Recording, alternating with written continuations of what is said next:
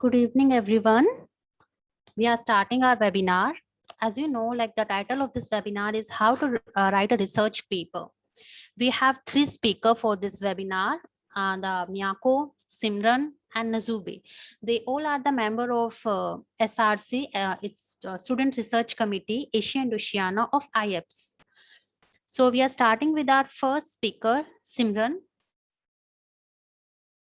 Simran, please introduce yourself and then you can share your views on how to write a research paper. Hey everyone, hope everyone's well. So like Meenakshi said, I'm Simran. I am in my fourth year, so I'm still an undergrad. I'm doing a Bachelor of International Studies and Media. So just like to talk, a little bit about, how to write a research paper or possibly how to get published in maybe not necessarily a journal, but any sort of magazine. I myself have got published just in like student magazines, so maybe a bit of advice in that sense. So I guess the first thing that I would start off with is have an interest or some sort of passion in what you're writing about. That probably seems like a really easy and simple thing. But like a lot of the times when you're writing something like a research paper that is very long and comprehensive and intense, it helps to just have that initial interest, because then when you're doing the research and you're gathering your data and your literature and your information, it doesn't seem like, that much, because you actually like what you're researching. So I guess I'd kind of start off with that. And then probably the next thing is develop a good understanding of what publication you're looking to submit your work in. I think that's a good way before you actually start writing your research paper, because then you can sort of structure and go in knowing how you want to format your paper and what sort of things you have to look for to include based on the publication, right? And like what they're kind of looking for. So for example, this is not a journal, but my university has a international affairs magazine called Politic. And the way that they release their issues is biannually, and each issue has a different theme, right? So the most recent one, I think it was about international development. That was what the theme was. So before, the way I would go about it, the paper, before going in, okay, so the issue is about something to do with development. So then I would go in knowing that, first of all, that's what my paper has to revolve around. Something to do with international development, global development, that sort of realm. And then that's my start. And then I sort of like bit by bit go about how I want to do it. And then normally in terms of like structure of like, if you're really talking about now, like how to write a research paper, when you actually start it, I find just breaking up the structure of your paper is really helpful. I know with research papers, it's pretty standard how you do it. You have your introduction, literature review, methodology, data, discussion / conclusion, whatever. I don't know, I find that it doesn't really change. And a lot of things that I've read follow the same method. So that's kind of how in the initial stages, just like have that set out. And then obviously the first thing that I start off is with just going into the literature and figuring out what is currently out there in relation to the topic that I am going to write about. Because then that gives you a sense of, okay, so these are the arguments that have already been put forward, and then how can I contribute? Because that's, I guess, another really big thing when you're actually writing a research paper. Throughout the process, you have to constantly be thinking about, okay, so what sort of knowledge am I going to put out there and contribute to whoever is reading my paper? And even if you're not publishing in a big, like Sage journals or whatever other big journals are out there, even if it's just like any magazine or whatever, you're putting your work out there, right? So you have to sort of be thinking about, okay, so when people read my work, what are they going to take from it? What am I going to be contributing to X topic?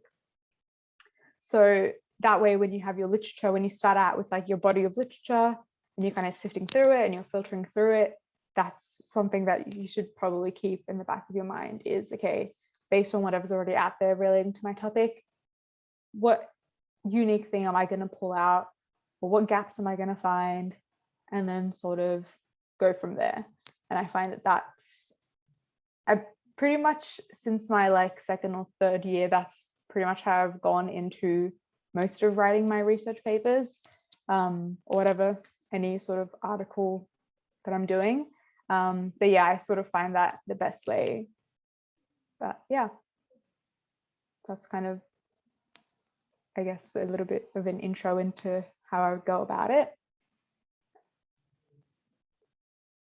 So I don't know now if Miyako, you want to sort of say something. I don't know if Nazube is still on here, but. Yeah, I'm afraid I have not listened to the question. I was trying to look into Zoom, so I couldn't listen to the question as I was doing that. If the host doesn't mind repeating, I'm happy to answer the question, whichever it is. Yeah, I'm not sure if Meenakshi she dropped out, or essentially she was just asking, how would you go about writing a research paper? Yeah, of course. Well, I think starting with that it. my perspective, of course, has to be limited for the most part to undergraduate research papers, simply because I don't think any of us has published in a peer-reviewed journal, even though I'm currently having a paper being reviewed. I think when it comes to writing papers, I think that I have two main resources and tips which I generally find useful in my case.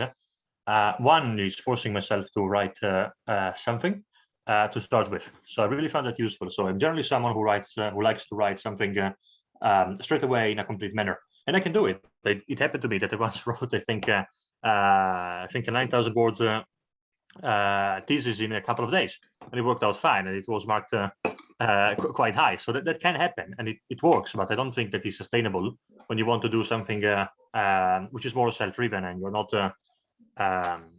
forced to do it in a way. So I don't think that is sustainable, which is why I found in my case what makes things sustainable instead is when I in a way tell to myself I will write something. It doesn't have to be perfect, but I write something down. And I write down even the structure of a paper. It doesn't have to look good, but I'm writing something down. And once I have that thing written down, then I can start noticing, okay, this paragraph, in my opinion, is weak. Oh, this is a very good point. How can I expand it?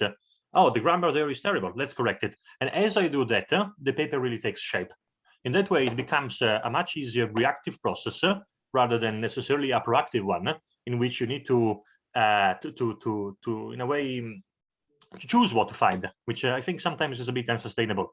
Whereas when instead you write something down, then what you have to write pops directly out of the text you have written. In a way, things become very, very obvious. So I think that really helps. And the other element which I found useful, at least in my case, is that one of reviews. So I think asking a colleague, asking a friend, even asking your mother if necessary, just to give a read to your paper, asking them an opinion. It doesn't have to be complex. It doesn't have to be in depth. It doesn't have to go beyond an opinion someone is comfortable sharing in terms of their capabilities and their expertise. But having someone just giving them a read through, pointing out how things feel, in my opinion, can really help. It helps you because it gives you the opportunity to in a way see what other people see in your paper and correct it accordingly. But as someone is reviewing it, in a way, you review it as well, because then you get it back and you read, okay, this is the point. Let's see, but why am I making that point? You ask yourself for a second time, not just when you were writing it the first one, or for a third time if again you have this double review process. So I think that is really effective. So kind of having trust in other people to give you an honest opinion, to the extent that they are wishing to give you an opinion about it, I think is really, really helpful. And again, just starting a paper, not forcing yourself to do something immediately from the day to the morning and just expecting that everything will be done, because it is possible, but I don't think that is a sustainable way to write papers in general, and it's definitely not an enjoyable way either, unless you're really passionate about the topic. Yeah, I agree. And I think a lot of the mistakes that I made during like the first couple of years of my undergrad was I was very I could not just sit at my laptop and just start writing. I needed to have, like, if I was splitting it up as like, whatever, introduction, lit review, methodology, whatever I was writing in my introduction had to be the final thing. Like, you know what I mean? Like if I was writing my introduction, it had to be what the final thing was going to be. And that's not really effective because, you know, you just have to start writing. And then, Yeah, exactly. as Nico said, you write, and then however long, whatever your deadline is, depending on how long you're writing for, things will start coming out that you think, oh yeah, that works, or that's not working. I'm going to take this out. This is a really good point that I actually want to develop more. That sort of thing, it will just come naturally. But I think definitely just write, which sounds simple, but it's actually quite hard. But I think, yeah, that would probably be the best thing. I don't know, because Mirko and I, we're both undergrads, but Nazube, I don't know if you had any sort of like comment on that, or like if you have a particular way of going about when you write your own research papers.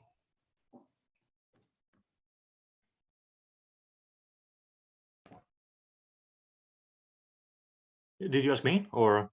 Oh no, I was asking Nazube. All right. Okay, it did seem like my name, but I was Yeah. silent, wondering if it was me. Okay. I'll wait for.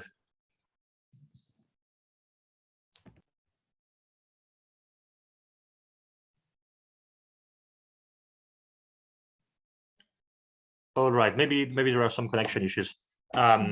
Maybe I will share another opinion of mine, and rather than opinion, I think perhaps the most useful realization on my side when it comes to writing, because of course the first thing actually, a point which I really would like to make, and really this is coming, I think, as a suggestion from peer to peer. I don't want it to sound as a suggestion coming from above, because by no means it is that. But from my experience, what I found is that publication is not limited to an A-star journal. So in Australia, we have a system called the ABDC journal ranking. It doesn't apply to all journals, but it definitely applies to a lot of political science ones and generally business-related and social sciences. And the ABDC list is for the Australian Council of Australian Business Deans Council. And it's a ranking they make about journals, and it goes from A to, I believe, C, I think. I believe it goes up to down to C. And you don't necessarily have to publish in a paper which is ranked A or A-star, which is the highest ranking. It is all right to publish in a minor paper to start with, and in undergraduate papers, in undergraduate journals. There are many. There is one from the University of New South Wales, I believe. Is it called Politicon? No. Politicon, right? Politicon, exactly, from the University of New South Wales, that is student-led and student-reviewed, and again, students publish in it. And that's a great opportunity to have some chance to start experimenting with research, and I guess whether you like it or not, and what are your strengths, before you dive yourself into the real deal. And this is not to say that undergraduate publications are not the real deal, because a great effort goes into them. Great research insights can come out despite being undergraduate papers. And even if they're not going to necessarily revolutionize international relations, like Anarchy is What the States Make of It paper did, which of course was not undergraduate, they can still provide some insights, and it is useful to test yourself and test your ideas on them. And of course, publication is not limited, again, at an undergraduate level, and not only to academic publishing, not just to journals and undergraduate journals, but it can also be op-eds. I found myself one of the most interesting things I could have done in my life, in my, let's say, political science life as a student and as let's say, undergraduate researcher, has been publishing op-eds with associations. An example to be a university magazine, and that's I want to say low tier, but kind of the most accessible form. So definitely check university magazine to start with. But you can also go national publications. So in my case, I found Young Australians on International Affairs, and they accept 800 words op-eds. Those are very short to write. You can write them in a couple of hours. That's generally the time it takes me when I have a good idea. And it just kind of writing them down, just sending to them or to someone else. I'm not saying necessarily go to this association. There are many others which accept papers. I think op-eds is another very good idea to test out an idea immediately. And again, to get started, because once you write an idea, even those 800 words, that is how you start something. And once it is started, it is a matter of continuing and building on it step by step in that sense. So by all means, look for not only the A-star academic journal from let's say Millennium or the American Political Science Review or some other big journal, because first of all, it is not easy to publish there, although don't get discouraged, but also because you limit your scope and you limit your opportunities to send it to many other people and to have your ideas. Even an idea which is not worth a 13,000 words paper, maybe it's worth 1,000 words, a 2,000 one. And there are journals, undergraduate, you can write op-eds, which make more accessible this smaller form of publication. So my recommendation essentially is just go and try out, search what can work for you, and start from something, because I think one opportunity then leads to the other one experience leads to a new experience, one learning leads to new learning. So that's my advice in that regard. I'm not sure if Simran, you probably have a similar experience. So I can speak as editor-in-chief of Illustration, which is an undergraduate journal at the University of Adelaide. I think you, Simran, published in Politicon some time ago. So perhaps you can share your opinion in that regard as well. Yeah, that's what, like in the beginning when I was talking about, you know, before you start writing a research paper or any sort of paper, about, you know, having that understanding of what sort of publication you want to go for. Also be realistic, like, you know, Miko said, oftentimes especially as undergraduate researchers, the chances of getting published in, you know, a Scopus index journal where, you know, the publications and the researchers who are like putting forward their ideas, they've been doing research for years and they're often, you know, graduated already and they're actually in the field. And we're just not at that level, not of any fault of our own, of course. We're just, you know, still in the very early stages of our careers and, you know, academic experiences. So definitely in the beginning, those sorts of goals can seem very scary, and which is fine, that's okay. So sort of if you like bring your expectations and also your, you know, aim slightly like lower to, yeah, student publications, even start off with student magazines. I know a lot of them are very lenient in terms of, you know, who can publish, what sorts of works get published in there. And yeah, if it's like an 800, 900 word paper, just start there. And then honestly, just like keep building. And then eventually, you know, once you graduate and then whatever, if you're doing postgraduate, whatever, then you'll just like get to that level naturally. But definitely in the beginning, I totally agree. Start with those like, you know, less intense publications, and then, you know, kind of build that portfolio. And I think that's like a really good way to go about it, for sure. Yeah. Thank you, Simran. Thank you, Miyako, for sharing your views. Like, they would be really helpful, I guess, for the researchers. Like, I guess both of you are right. Like, one should start doing a research basically from the ground level. If you start from the ground level, as you can try to get your paper published with the university journals, it would be really good if you get your journal published. But always you should keep one thing in mind, that if your paper won't get accepted, then you should be ready to get it submit somewhere else. So you should always be ready with the scope of rejection also. Writing a research paper doesn't mean that it would get published for sure. Yeah, for sure. And there's so many reasons why papers don't get published. It doesn't necessarily have something to do with the quality of the work or the amount of, you know, effort that was put in. Sometimes it just so happens that this round it didn't make it. Yeah, so definitely I think in like the whole like academic sphere and like the research writing area, that's something to keep a lookout for. Yeah, Definitely. Another thing to, oh, sorry. No, would like you go ahead, Emeko. Yeah, so to reinforce Meenakshi's point, I definitely agree on that. So again, as editor-in-chief of Illustration, which is, so it's the Adelaide Journal of Politics and International Relations, which is undergraduate for the most part, although we accept some graduate students as well.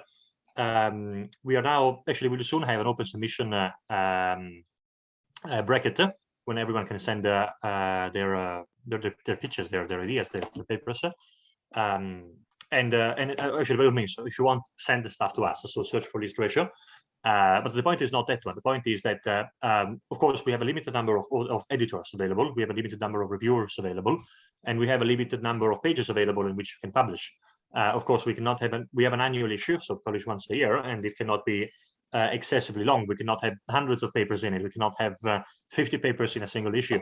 So sometimes it can happen that a paper is not accepted simply because there is not enough space in the journal, because there is a limited number of papers which can be accepted, and only the best ones make the cut. But it doesn't mean that those which don't make the cut are poor papers. just means that the cases were not selected. Another, again, I can talk about illustration, which is the journal I'm running. We are accepting publications on international security at this stage. The previous editor last year opened submissions for environmental politics. Global environmental politics was the topic. So, of course, if last year someone sent international security, that paper could not have been accepted, even if it was a great paper. And similarly, this year, if someone sends us something about, let's say, post-industrialism in global environmental politics, that paper wouldn't be accepted, even if it is amazing, simply because sometimes journals have different scopes, and there are these certain limitations, which again, I think really emphasize the need not to feel bad if a paper is not accepted for whatever reason, and just to continue trying in this sense. So very good point by Simran in this sense. Thank you, Miyako. In fact, IAPSS is also its journal named Politicon and ADV blog also. If anyone of you are interested to getting your paper published, then you can submit to both ADV or Politicon. We have like Harshul also. He is a member of our SRC. Harshul, do you want to share your views, like any view, like how to write research paper or how to publish your paper? Yes. Hello, everyone. Myself, Harshul. Thanks for letting me speak. So I think Simran and Maiko covered really well, and they were reflecting really appropriately in how to write well and how to publish oneself. But I think what's more important is to decide what's your goal or what your audience is. So you just need to reflect upon that too while you're researching or writing any kind of op-ed or piece or featured article, acknowledging that and where articles being read and how it will be feedbacked. So doing that certain points is kind of very helpful for articulating. Also, I think we need to much focus upon writing well, because like there are so many approaches how you can write or how to write writing pieces. So what are your approaches, like academic or is it informative, and keeping it along with data and all, just keeping yourself updated and revised at each step and reflecting back again and again. So I think that's very necessary, one should keep in mind. And yeah, I think that will be concluded for that conclusion for me. Thank you, Harshul. You are really right. Like we should also keep in focus, like what is our target for what we are writing. As a student, I guess you must be writing like so you can get admission at better place. As a teacher, we used to write like so we get a better job opportunities. So we should keep in mind like why we are writing, what is our goal, what is our focus. Nazube, can you unmute yourself? Okay. Good evening, everyone. This is evening in China. I'm sorry to join late. I've been having one or two issues. Yeah, I think for me, writing up a journal or trying to put up a good paper requires basically for me just three things. First of all, you have to identify you ask yourself, what type of paper are you willing to write? Are you just writing for academic promotion, or you're just writing for the fact that yeah, you can put up some certain things into a pieces and you'll be able to make them a whole? If you're writing for academic, which is your audience in question, you need to put up a good research paper itself. And that requires, first of all, picking a journal on where it is going. First of all, picking a journal on where your paper is going. That is very, very important. Now, the journal in question will gives you, first of all, accessibility to know what type of journal are you publishing. If you are writing something that has to do with international relations, it has no business with a particular discipline itself. The journal you pick will determine the specialization of that journal in question. And you also specialize on what you have in mind to put up and the audience you have in mind. And I remember the first time I submitted the paper, I submitted to a wrong journal. And within 3 or 4 days, I was given a rejection. The fact that, yes, what I'm writing doesn't cover the scope of the journal. And that was the first thing I decided to do. Okay, fine. So the first thing I needed to do was to find out, first of all, what journal suits what I'm writing, first of all. And if I was able to identify the journal, then I have to look at what is the journal guideline. Because sometimes we make due to neglect on certain things. Sometimes you tell you, okay, let it be up to 6,000 words, and you end up writing 10,000 words. I've get rejection based on the fact that my number of words were more than what is required by the journal. And sometimes they will tell you, okay, this is our writing style. They may tell you, okay, this is our referencing style, this is our format. So these are the things you take into cognizance when trying to put up a journal. First of all, identifying the journal, knowing the journal submission, and knowing for how many days does it take, or weeks or months to get a response. Yeah, the journal may acknowledge your submission, but their peer review process, their peer review process take up to 3 months, 4 months. Are you the type of an author that is ready to wait for 3 to 4 months? If not so, what other alternatives do you have in mind? We also check, some require you to put up a cover letter. I think one of the challenges I had in submitting the paper was after preparing the paper and identifying the journal, I never knew I missed a point where I was supposed to prepare a cover letter. And getting to the submission site, I discovered I have to put up a cover letter. I felt so bad because I was not in the mood to write a cover letter, even though it's my paper. I have to postpone that submission the following day, where I was able to settle down and put up a cover letter. So one important is that going through the journal guideline is very, very important. Also picking the journal, and also knowing your audience and a good journal. Most times, if we're in a haste to get published, we get locked up with the predatory journal itself, where you just send in submission and the following day you'll be told, yeah, it has been reviewed and there is no correction, just pay so amounts of money and you get published. That is not an ideal format because it has a long spillover effect in damaging your career in the future. When you probably submit something and you are being asked to send a sample of your publication, and the firm in question or the institution in question goes through your journal and discover that what you publish were in a predatory journal, journals with low impact, in fact, journals that are not even on Scopus or Google. So I think for me, it's taking into factors on certain things like the picking up a journal, knowing the guideline of the journal, and knowing their peer review mechanism, their process of peer review. I've gotten a paper sent and I spent complete 6 months. At the end of the day, it was rejected. I was like, why didn't you tell me from the onset that, yeah, my paper will be rejected? But that was their process. It was when I read through, I discovered that it takes up to 7 to 8 weeks for them to gives you a feedback. And that 7 to 8 weeks, including some certain delays that may come in and also some certain delays. So I was able to find out that one, they say 7 to 8 weeks, and not that within that 7 to 8 weeks, there's an assurance that you'll be accepted. So I think these things need to be taken into consideration when writing, and also what are the things you are writing. You may come up with an idea, within the following month, you are trying to put up your paper, you discover that one of your ideas, similar to an idea, has been published. What do you do? Now, sometimes you may change the narrative, or rather you retain your own narrative. And when you send it to a journal that has had such similar publication, it will be rejected. Not on the fact that, yeah, your work is not okay, but the fact that, yeah, in that previous edition, they just published similar issues. So what you need to do is for you to try to go through the journal to see if such a thing has been written in that particular journal published, in that database. If that particular title or that idea has not been put to place in that journal firm, what you need to do is for you to now create yours. But if such an idea, for instance, was published in their previous edition and it has become a recurrent publication, you don't need to send because it will be turned down. I think there are just a few things I have to say. Thank you. Yeah, definitely. I think the point on predatory journals is particularly good. So I think some elements have been given a bit of. I think someone should be. Could someone mute? I think there is a bit of background noise. Okay, perfect. Yeah, I was saying. Yeah, exactly. The point of predatory journals. I think that was something perhaps which I gave kind of for granted, and I imagine Simran as well as we were speaking. But yeah, definitely. So predatory journals is something to look for, in the sense of looking for to avoid them, as well as something personally to watch out is predatory conferences. It's not just journals which can be predatory, and predatory publishers in general, and when it comes to books.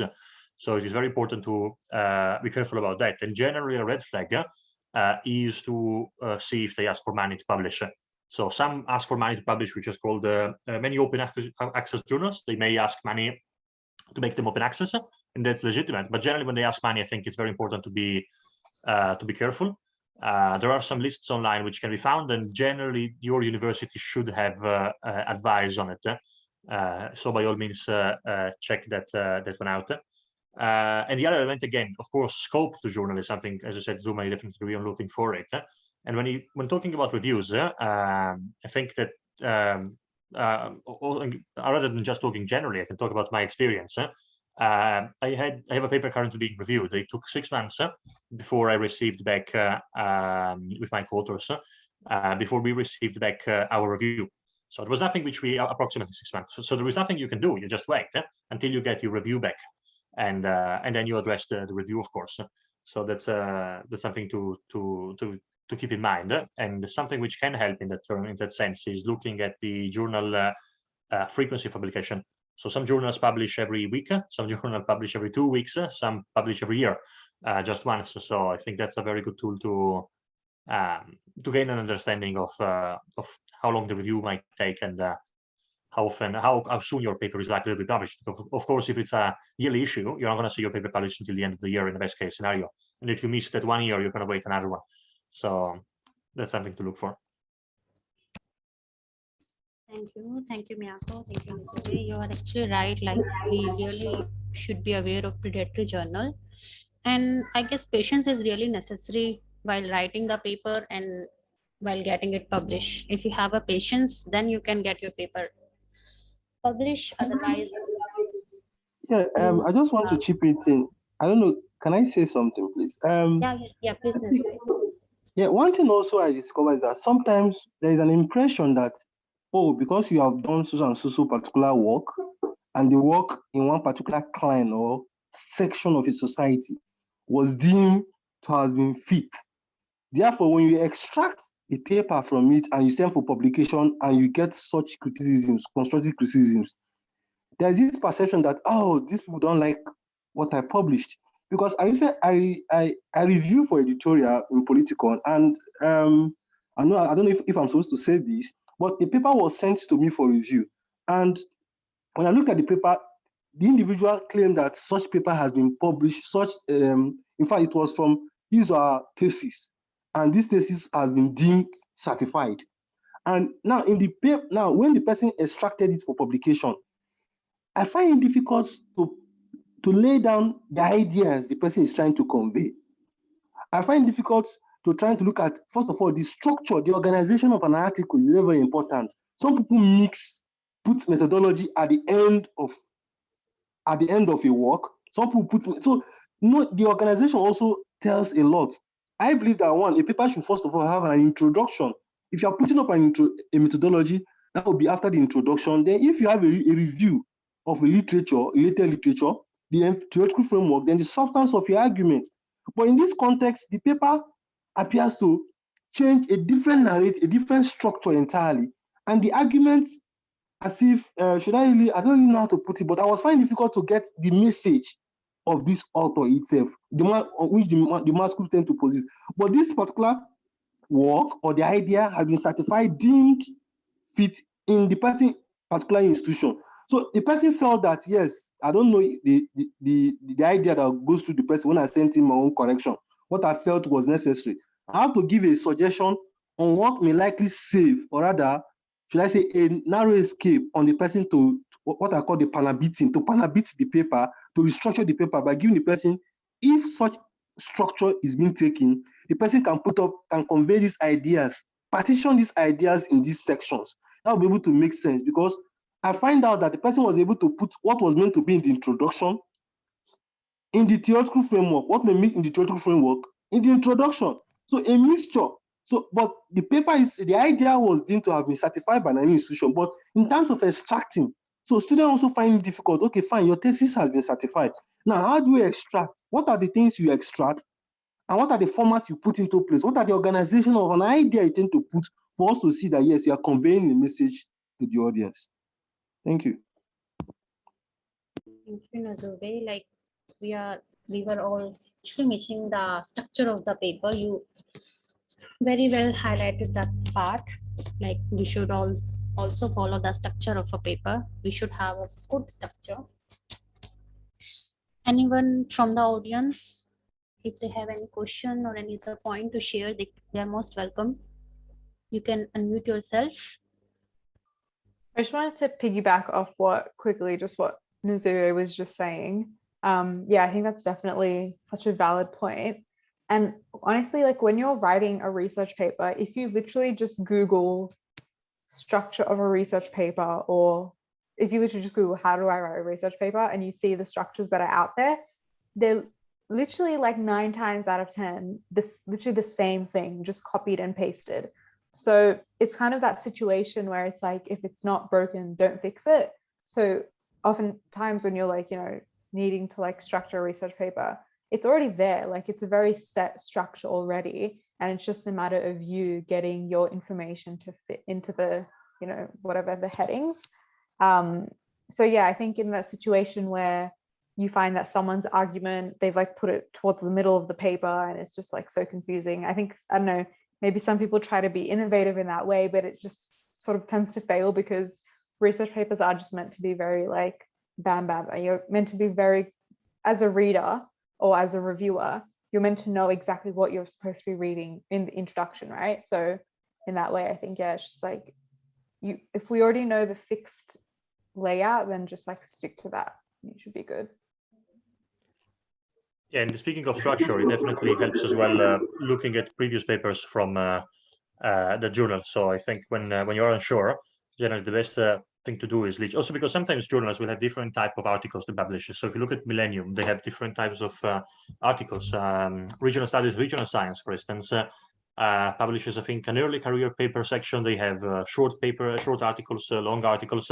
They have a few. So if you're thinking of a short article, of course it works doing this general research which Simran suggests, and that's definitely a great starting point. And again, 9 out of 10, you're not going to get it wrong. But it also helps if you want something more specific to go on that journal, go and find exactly how the papers which have been published are structured and look at them. And as Zube was saying before, editorial guidelines, policy and procedure manuals, that's the other way. So if you're really in doubt, ask for a copy or search for a copy on the website of the journal. That's generally the way to go to clarify things. And it also helps as an author in general, because if you know how you're meant to write, what you want to write, I think that gives a little bit of serenity and a little bit of peace of mind, which then puts you in the right conditions to confidently write a paper rather than writing something not knowing whether you're writing it the way people want it. So yeah, that's my 2 cents on it. Thank you. Yeah, sorry, I would like to chip in something that tries to be a little bit of just 1 or 2 issues I had with a colleague then. I also discovered that sometimes there's this narrative, it's 2 ways actually. There's this narrative that a research paper begins, or rather a writing starts, first of all, with an abstract. But then I discovered that, yeah, that was the idea I was told, that was the narrative itself, that a research paper starts with an abstract, where you try to put up, and sometimes we discover that an abstract sometimes constitutes, first of all, the introduction, the problematic of the work, then 1 or 2 research questions or objectives, then the methodology, theoretical framework, findings, and recommendation. That is my own idea of how an abstract, 7 or 8 items on how an abstract should look like. Then on the other hand, I discovered in recent times that after putting up an abstract, a genuine abstract, in quotes, that this is my abstract, then going in details, along the line, find that what you are putting up in the main work sometimes differ. So at the end of the day, you go back and structure your abstract. There comes another narrative that says, first of all, you write your paper. When you're done writing your paper, you create your abstract. So sometimes there are 2 perspectives on how to put up a paper. Do you go with an abstract first? So after putting up your abstract, but you find out along the line, I've discovered in recent times that I change the narrative in my abstract. When you finally go into deep into the work, you find that, oh, you needed to make these arguments. Rather, these are the arguments, these are the core arguments. Even though you must have done your literature review to get the idea. Sometimes, and that narrative is that after putting up the good abstract, going into the work, changing the narratives, you go back to restructure your abstract. So for the audience, I think the best thing we need to do is, first of all, you can take either approach. But one matter is that abstract need to be concise, because sometimes I received an abstract that was way back, way more of 300 and something words. And I was trying to lay my hands on, okay, fine, where is the issue in question? Where is the issue? If there is no methodology, okay, fine. What other things you have to say that I'm familiar with? So what are those things? I just want to put it in form of an issue or a discussion. What are those things do you think are necessary? Those items I just mentioned, do you think are necessary? Or do you think they're not necessary in putting up a good abstract?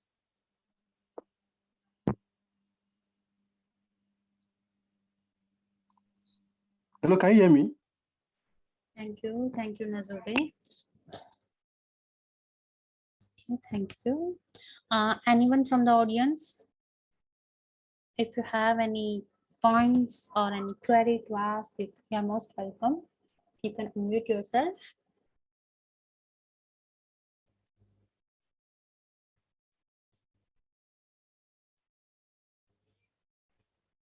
Okay. So it seems that everything is clear that how to write a research paper. So in the end, I would like to summarize like the views of Simran, Miyako, and Nazube, and also of Harshul also. Like if you are going to write a research paper, then first of all, you should try to focus at why you are writing this research paper and for whom you are writing. If you decide these 2 points, then like suppose you choose a journal, like suppose you have choose the journal of Politicon of IAPSS, then after choosing the journal, you should read the submission guidelines of the Politicon. So after reading the guidelines, you will get a view like what you have to write at and where, how you have to write. After checking the submission guidelines, you should start writing your paper. And by writing your paper, you should always keep the originality of the paper. You should not try to plagiarize any stuff, or you should not try to immerse yourself in copy and paste. So original, the paper should be original in every sense. And after writing the paper, you should also try to think about the references. So for the journal you are writing, you should follow the the reference guidelines also. And after writing a paper, you can submit your paper. So that's a whole summary. If anyone want to add something, Miyako, do you want to add something? I think, yeah, that many points have been made today, and I think they're all valid in their own ways and useful when put together. In my opinion, again, as a peer, because again, I really don't want this advice to come off as someone from above giving advice. I mean, I have my experiences, I have a little bit of things I've published, but in the end, we're all peers here. This is an international association for political science students by political science students, and from this perspective, I think that, I mean, of course, look out for predatory journals. Look out, actually, look against, I think is the right word. Watch out for predatory journals. I think is the right term. Of course, be careful about plagiarism. Of course, go and look on the specific website how those papers are written. Take examples and then try to adapt the structure of yours according to those. So of course, all these elements are useful, but I think I want to reiterate my initial advice, and I'll try to be short because I think we've all spoken a lot, including myself. That two things, like actually just one point, actually, which is just try out. I think that in the end, starting something, trying something, not being afraid to give it a try, and not just in publishing, I think in everything, I think is just the best thing someone can do. Because in the end, what's the worst that can happen? A reviewer is going to say, we don't accept your paper, and that's it. The how's it called, the peer reviewers, so not the editor section, the peer reviewers don't even know your name, because generally there would be a blind, actually generally there should be a blind, a double blind review, so they're not going to know that your paper was rejected. There is no shame about it, even if they know what's the shame about it, and if they accept it, you've made the experience of I wouldn't say of a lifetime, but definitely the experience for an experience worth celebration for some time. So my advice is that just go and try out. Don't be afraid, and don't be afraid of feedback either. I think that is a very good point, which is useful to myself as well. It's something which really applies to, I think, to everyone, including myself, trying things out. And yeah, that. Thank you, Miyako. Okay, so we are ending this webinar. Thank you everyone for joining us. Thank you, Simran, Thanks, Nazube, everyone. and Miyako. Thank you. Have a good night. Thank you. See ya.